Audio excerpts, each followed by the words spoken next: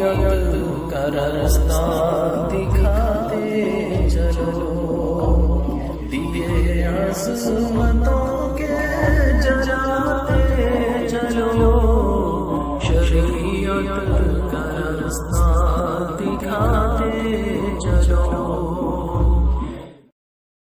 نبی اکرم صلی اللہ علیہ وسلم کے ایک صحابی تھے، حضرت جلیبیب رضی اللہ تعالیٰ عنہ، انصار صحابہ میں سے تھے بڑے غریب، نہ مال تھا، نہ دولت تھی، نہ شہرت تھی، کچھ بھی نہیں، نہ کسی معروف خاندان سے تعلق تھا، نہ کوئی صاحب منصب تھے، نہ کوئی بڑے رشتہ داروں والے تھے، رنگ کے بھی کالے، لیکن رسول اللہ صلی اللہ علیہ وسلم کی محبت سے لبریز تھے۔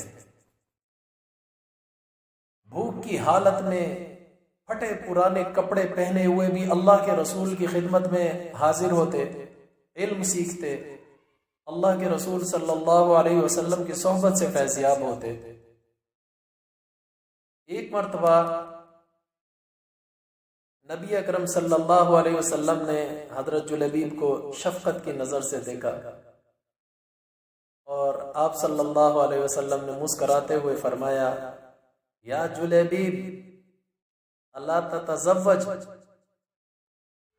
جلیبیب کیا تم شادی نہیں کرو گے؟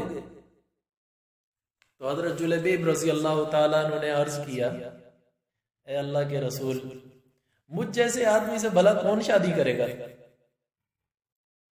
تو نبی اکرم صلی اللہ علیہ وسلم نے دوبارہ پھر فرمایا، یا جلیبیب اللہ تتزوج، جلیبیب کیا تم شادی نہیں کرو گے؟ حضرت جلیبیب رضی اللہ تعالیٰ عنہ جواب میں پھر عرض کرنے لگے، اے اللہ کے رسول، بھلا مجھ جیسے آدمی سے کون شادی کرے گا؟ نہ میرے پاس مال ہے، نہ دولت ہے، نہ عزت ہے، نہ شہرت ہے، نہ جاہ و جلال۔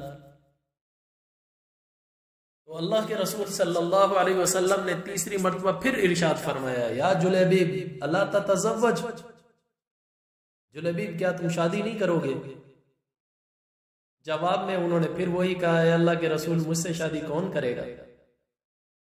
نہ کوئی منصب ہے، نہ کوئی شکل و صورت اچھی ہے، نہ خاندان بڑا ہے، نہ روپیہ پیسہ ہے، نہ مال و دولت ہے، کچھ بھی نہیں ہے۔ تو آپ صلی اللہ علیہ وسلم مسکراتے ہوئے فرمانے لگے، یا جلیبیب اذهب الى ذاك البيت من الانصار وقل لهم رسول اللہ صلی اللہ علیہ وسلم یبلغکم السلام ویقول زوجونی ابنتکم۔ جلیبیب تم فلاں انصاری صحابی کے گھر جاؤ اور ان سے کہو کہ اللہ کے رسول صلی اللہ علیہ وسلم تمہیں سلام کہہ رہے ہیں، اور ساتھ ہی آپ صلی اللہ علیہ وسلم یہ بھی فرما رہے ہیں کہ اپنی بیٹی سے میری شادی کرا دو۔ ہوئے ہوئے جلیبیب تو ان کے تو خوشی سے بس وہ پھولے نہیں سما رہے تھے، بڑی خوشی سے اس انصاری صحابی کے گھر گئے، دروازہ کھٹکھٹایا، دستک دی، گھر والوں نے پوچھا کون؟ کہا جلیبیب۔ جو گھر کا مالک تھا وہ بڑا امیر گھرانہ تھا، سیٹھ تھے وہ صحابی۔ تو مالک باہر نکل کر آیا، دیکھا جلیبیب کھڑے ہوئے تھے، تو وہ مالک پوچھنے لگا کیا چاہتے ہو، کدھر سے آئے ہو، کون ہو؟ تو حضرت جلیبیب رضی اللہ تعالیٰ عنہ کہنے لگے کہ مجھے اللہ کے رسول صلی اللہ علیہ وسلم نے بھیجا ہے اور اللہ کے رسول تمہیں سلام کہتے ہیں۔ یہ سننے کی دیر تھی کہ گھر میں تو خوشی کی لہر دوڑ گئی کہ اللہ کے رسول نے ہمیں سلام کا پیغام بھجوایا ہے۔ ارے یہ تو بہت ہی خوش نصیبی کی بات ہے، یہ تو بہت ہی خوش بختی کا مقام ہے کہ ہمیں اللہ کا رسول سلام کہتا ہے اور قاصد کے ذریعے پیغام بھیجا ہے۔ گھر والے بہت خوش، بہت خوش۔ حضرت جلیبیب رضی اللہ تعالیٰ عنہ کہنے لگے کہ بھائی جان آگے بھی سنو۔ کہنے لگے ہاں بتاؤ کیا ہوا؟ کہنے لگے کہ اللہ کے رسول صلی اللہ علیہ وسلم نے تمہیں ایک اور بھی حکم دیا ہے۔ وہ صحابی تو خوش تھے، کہنے لگے ہاں ہاں بس ہم فوراً تعمیل ہوگی، آپ بس بتلائیے ہمیں۔ تو حضرت جلیبیب رضی اللہ تعالیٰ عنہ نے فرمایا کہ حضور صلی اللہ علیہ وسلم فرماتے ہیں اپنی بیٹی کی شادی مجھ سے کرا دو۔ بس یہ سننا تھا کہ صاحب خانہ کی گردن جھک گئی، سوچ میں پڑ گئے۔ پھر لمبی سوچ کے بعد وہ گھر کا جو مالک تھا سیٹھ صاحب، وہ کہنے لگا اچھا ٹھہرو، انتظار کرو، میں لڑکی کی ماں سے مشورہ کر لوں۔ گھر گیا، جا کر اس نے لڑکی کی ماں کو سارا پیغام پہنچایا اور مشورہ بھی پوچھا کہ تمہاری کیا رائے ہے۔ اب وہ کہاں امیر گھرانہ، یہ بیچارہ غریب، اور وہ لڑکی عرب میں بڑی خوبصورت حسین لڑکی تھی۔ تو لڑکی کی ماں کہنے لگی نا نا نا نا نا نا، اللہ کی قسم میں اپنی بیٹی کی شادی ایسے شخص سے نہیں کروں گی کہ نہ جس کے پاس خاندان ہے، نہ شہرت ہے، نہ مال ہے، نہ دولت ہے۔ یہ کیسے ہو سکتا ہے کہ میں اپنی بیٹی ایسے کنگلے آدمی کو دے دوں، اور شکل و صورت بھی اچھی نہیں ہے، رنگ کا بھی کالا، اور میری بیٹی ہائے ہائے ہائے، میں اس کا رشتہ ایسی شخص سے کروں گی، نہیں ہو سکتا، صاف انکار کر دیا۔ لیکن یہ ساری گفتگو ان کی بیٹی گھر میں سن رہی تھی۔ وہ بیٹی بڑی نیک سیرت تھی، وہ جان گئی تھی کہ حکم کس کا ہے، یہ مشورہ دیا کس نے ہے۔ سوچنے لگی کہ اگر اللہ کے رسول صلی اللہ علیہ وسلم اس رشتہ داری پر راضی ہیں تو اس میں یقیناً میرے لیے بھلائی اور فائدہ ہی ہے۔ یہ مسلم شریف میں یہ روایت موجود ہے حضرت جلیبیب کے فضائل کے باب میں، کہ وہ لڑکی اپنے ماں باپ کی طرف دیکھنے لگی اور اپنے ماں باپ کو دیکھ کر مخاطب ہو کر کہنے لگی اتردون علی رسول اللہ صلی اللہ علیہ وسلم امرہ ادفعونی الی رسول اللہ صلی اللہ علیہ وسلم فإنہ لن یضیعنی۔ کیا آپ لوگ اللہ اور اللہ کے رسول صلی اللہ علیہ وسلم کے حکم کو ٹالنے کی کوشش کر رہے ہو؟ ارے مجھے اللہ اور اللہ کے رسول کے حوالے کر دو، وہ اپنی مرضی کے مطابق جہاں چاہیں میری شادی کر دیں۔ کیوں؟ اس لیے کہ نبی اکرم صلی اللہ علیہ وسلم مجھے ہرگز ضائع نہیں ہونے دیں گے۔ اللہ اکبر، کیسا ایمان تھا لڑکی کا، کیسا اعتماد تھا اس بچی کا۔ پھر اس لڑکی نے اپنے ماں باپ کو قرآن مجید کی یہ آیت پڑھ کر سنائی کہ دیکھو اللہ تعالیٰ فرماتا ہے وَمَا كَانَ لِمُؤْمِنٍ وَلَا مُؤْمِنَةٍ إِذَا قَضَى اللَّهُ وَرَسُولُهُ أَمْرًا أَن يَكُونَ لَهُمُ الْخِيَرَةُ مِنْ أَمْرِهِمْ وَمَن يَعْصِ اللَّهَ وَرَسُولَهُ فَقَدْ ضَلَّ ضَلَالًا مُبِينًا۔ کہ کسی مرد مومن اور کسی عورت مومن کو اللہ اور اللہ کے رسول کے فیصلے کے بعد کسی بھی معاملے میں اپنی مداخلت کرنے کا کوئی اختیار باقی نہیں رہا کرتا۔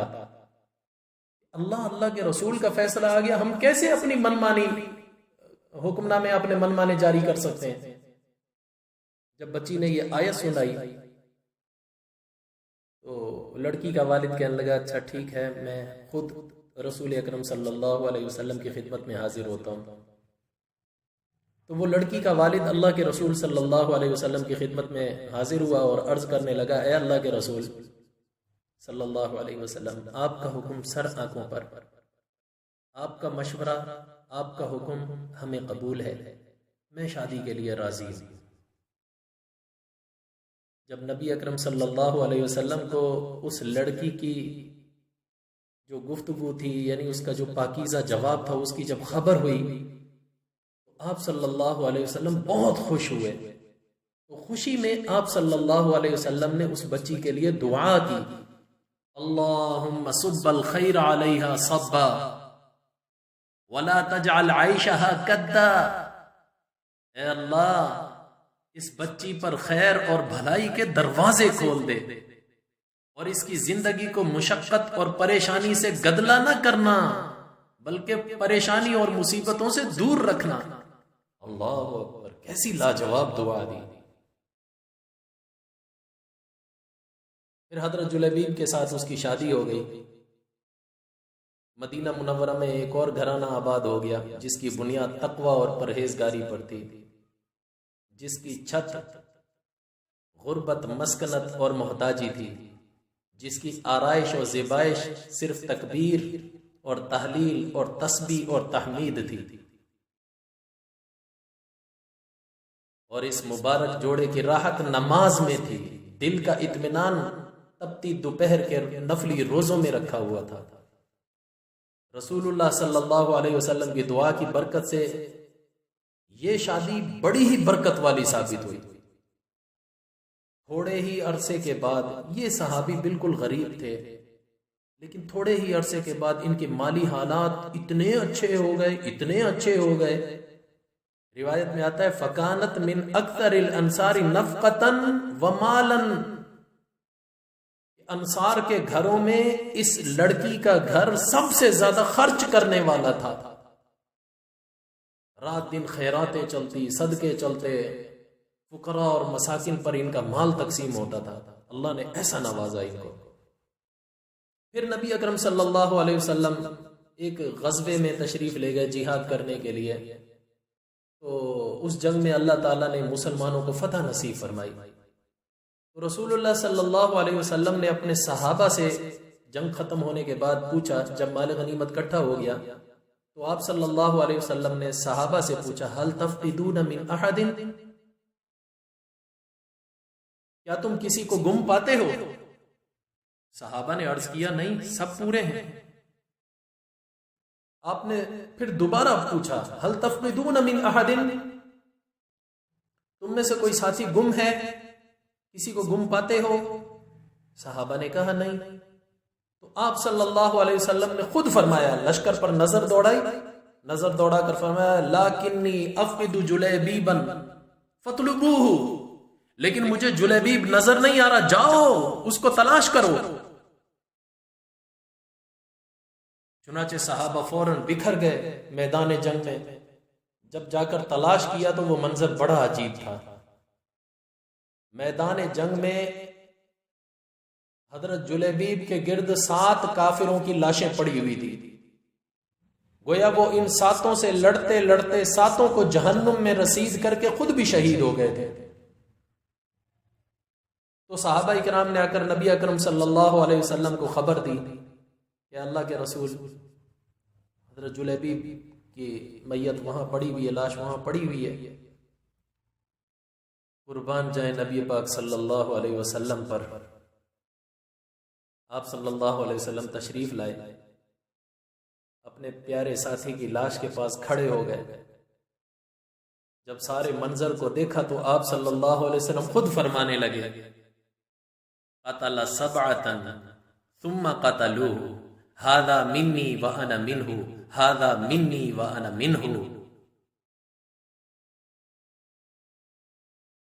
جلیبیب نے 7 کافروں کو قتل کیا ہے، پھر ان دشمنوں نے اس کو بھی قتل کر دیا۔ پھر آپ صلی اللہ علیہ وسلم محبت میں آ کر یہ کہہ رہے تھے ھذا منی وانا منہ، یہ جلیبیب مجھ سے ہے میں اس سے ہوں، یہ جلیبیب مجھ سے ہے میں اس سے ہوں۔ اللہ اکبر، اللہ اکبر۔ مسلم شریف کی روایت میں آتا ہے فوضعه على صاعديه لیس له الا صاعد النبی صلی اللہ علیہ وسلم۔ پھر آپ صلی اللہ علیہ وسلم نے اپنے اس پیارے ساتھی کو اپنے ہاتھوں میں اٹھایا۔ شان یہ تھی کہ اکیلے نبی صلی اللہ علیہ وسلم نے اٹھایا ہوا تھا، صرف آپ صلی اللہ علیہ وسلم کے دونوں بازوؤں کا اس کو سہارا میسر تھا، ورنہ جو بھی میت ہوتی ہے اب بھی حکم یہ ہے کہ 4 آدمی اس کو کندھا دیں، چاہے وہ ڈولی میں رکھ لیا جائے یا چارپائی پر رکھا جائے، 4 بندے اس کو کندھا دیں، یہ سنت ہے۔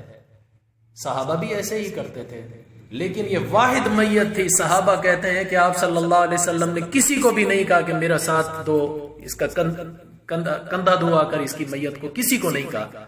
بلکہ کیا کیا، جلیبیب کو اپنے ہاتھوں پر اٹھا لیا، اکیلے آپ صلی اللہ علیہ وسلم نے اٹھایا اور میت کو لے کر گئے، قبر کھودی گئی، آپ صلی اللہ علیہ وسلم خود قبر مبارک میں اترے اور پھر صحابہ کو کہا مجھے جلیبیب اٹھا کر دو، صحابہ نے اٹھا کر دیا، آپ صلی اللہ علیہ وسلم نے اپنے ہاتھوں میں لیا اور اپنے ہاتھوں میں لے کر اس کو قبر میں لیٹایا۔ صحابہ کہتے ہیں ہم ساری زندگی رشک کیا کرتے تھے کہ یار کاش جلیبیب کی جگہ ہم ہوتے، ہمیں ہمارے نبی اس طرح اٹھا کر دفناتے اپنے ہاتھوں سے۔ کیا ہی مقام تھا جلیبیب کا، قبر میں بھی حضور اترے ان کے لیے، اپنے ہاتھ مبارک سے اس کو قبر میں رکھا۔ اللہ